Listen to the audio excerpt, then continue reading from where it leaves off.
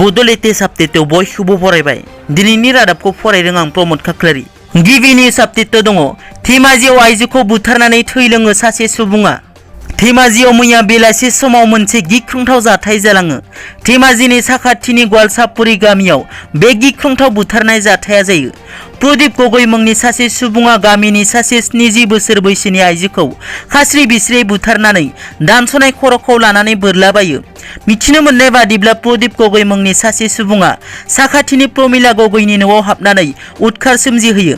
प्रदीपनि उदखाराव थानो हायैनि प्रमिलानि बिहामजोआ खारलाङो आरो बेनि सुजुग लानानै बैसोगोरा आइजोखौ खर'जों थुख्रा थुख्रायै दानस'नानै बुथारो।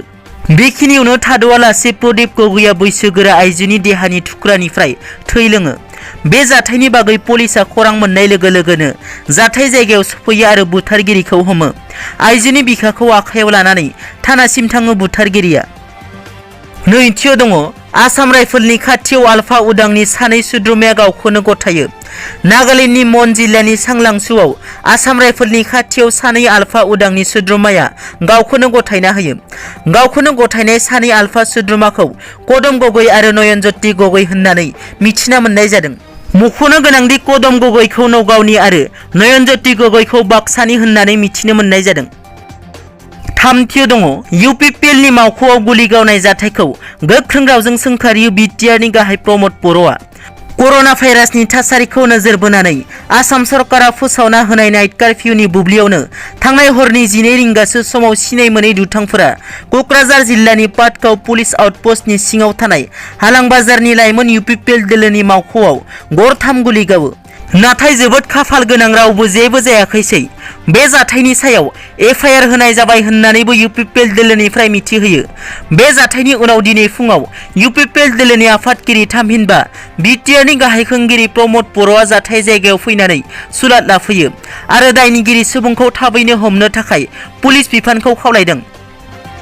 ब्रैथियाव दङ मुंदांखा निउज एंकर रहित सरदाना हार्ट एटेक आरो कर'ना भाइरासजों रुंसारि जाबाय। भारतनि मुंदांखा निउज एंकर रहित सरदाना दिनै हार्ट एटेक आरो कर'ना भाइरासजों गाग्लोबजानानै थैबाय। रहित सरदाना बिथाङा सिगां समाव जी निउजनि निउज एंकरमोन। दायो आज ताकनि निउज एंकर महरै खामानि मावबाय थानाय समावनो हार्ट एटेक आरो कर'ना भाइरासजों गाग्लोबजानानै थैनो गोनां जाबाय। बाथियाव दङ एक्जिट पोलनि फोरमायथि रायजोआव फिन बिजेपिनि सरकारानो जाफिनगोन नामा? रायजोआव मोनथाम खोलोबजों खुंजालांनाय बिसायख'थिनि फिथाइखौ साननैनि उनावनो रायजो राजाफोरा मोननो थांगासिनो। बेबादि समावनो मैया 29 एप्रिल खालि हादरनि खायसे खौरां बिजोंफोरा फोरमायथिदों एक्जिट पोलनि फिथाइ। एक्जिट पोलनि फोरमायथिनाय बादिब्ला रायजोआव फिन बिजेपि दोलोनि मित्रजोट सरकारखौनो फैफिनगोनखौ रोखा नुनो मोनदों।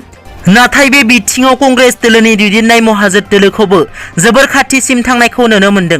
मोननैसो खौरां बिजोंनि एक्जिट पोल फोरमायथियाव बिजेपि दोलोखौ रोखायै सरकार दागोनखौ दिन्थिदोंब्लाबो खायसे खौरां बिजोङाव बिजेपि आरो कंग्रेस मोन्नैबो दोलोखौ समान समान दिन्थिनायबो नुनो मोनदों। दिनैनि रादाबा एसेनोसै। नोंथांमोना जुदि आंनि चेनेलखौ दासिमबो साबस्क्राइब खालामाखै अन्नानै साबस्क्राइब खालाम। गोजोन्थों।